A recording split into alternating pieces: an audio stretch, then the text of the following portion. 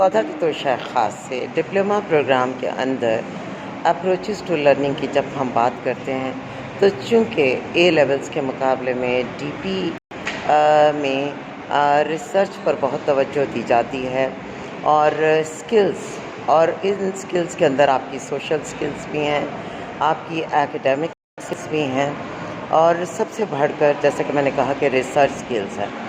So approaches to learning में सबसे पहली चीज़ है अबलाग, हमारी कम्युनिकेशन स्किल्स। आप जानते हैं कि दुनिया भर में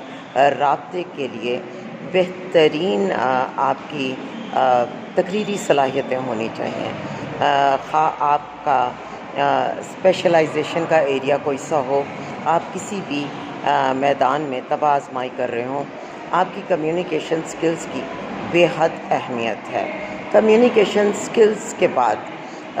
हमें तहकीक की बात करनी होगी। तहकीक का अपना एक दायरा कार है, एक ख़ास तरीक़ा कार है, उसमें एक तरतीब का ध्यान रखना होता है, मौजू की अंडरस्टैंडिंग है, ये एक अलग सिस्टम है जिस पर बात की जानी चाहिए। लेकिन तहकीक के बाद हम लोगों में नज़्म ज़ात, इसकी बहुत बात की जाती है, क्योंकि आपका सेल्फ़ डिसिप्लिन हर मोड़ पर बतौर स्टूडेंट भी, बतौर उस्ताद भी, एक फैमिली मेंबर के, एक सोसाइटी का हिस्सा होने के बहुत अहम है। तो इस पर बहुत ज़्यादा काम किया जाता है। नज़्म ज़ात के बाद आपकी समाजी स्किल्स, यानी कि वही राब्ता जो दो अफराद में, ग्रोहों में है, उसको पूरे जब हम माशरे पर लेके आते हैं, और माशरे से मुराद यहाँ पर पूरी ग्लोबल सोसाइटी है, पूरी ये दुनिया है,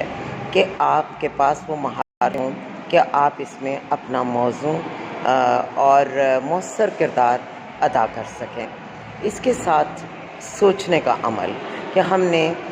सोच के इस अमल को, क्योंकि कई दफ़ा ये होता है कि हम अपने सोचों या ख़यालात में किसी और तरफ निकल जाते हैं, तो हमें ये भी एक ट्रेनिंग है जिसकी ज़रूरत है कि हमने कैसे एक दायरे में, एक ट्रैक पर ख़ुद को रखना है, और कैसे उसी से रिलेटेड, अगर एकेडमिक्स की बात करें तो इंफॉर्मेशन को अपने फ़ायदे के लिए, अपनी ग्रुप मेंबर्स के फ़ायदे के लिए, और इसी तरीके से ना सिर्फ एकेडमिक बल्कि सोसाइटी में या लाइफ में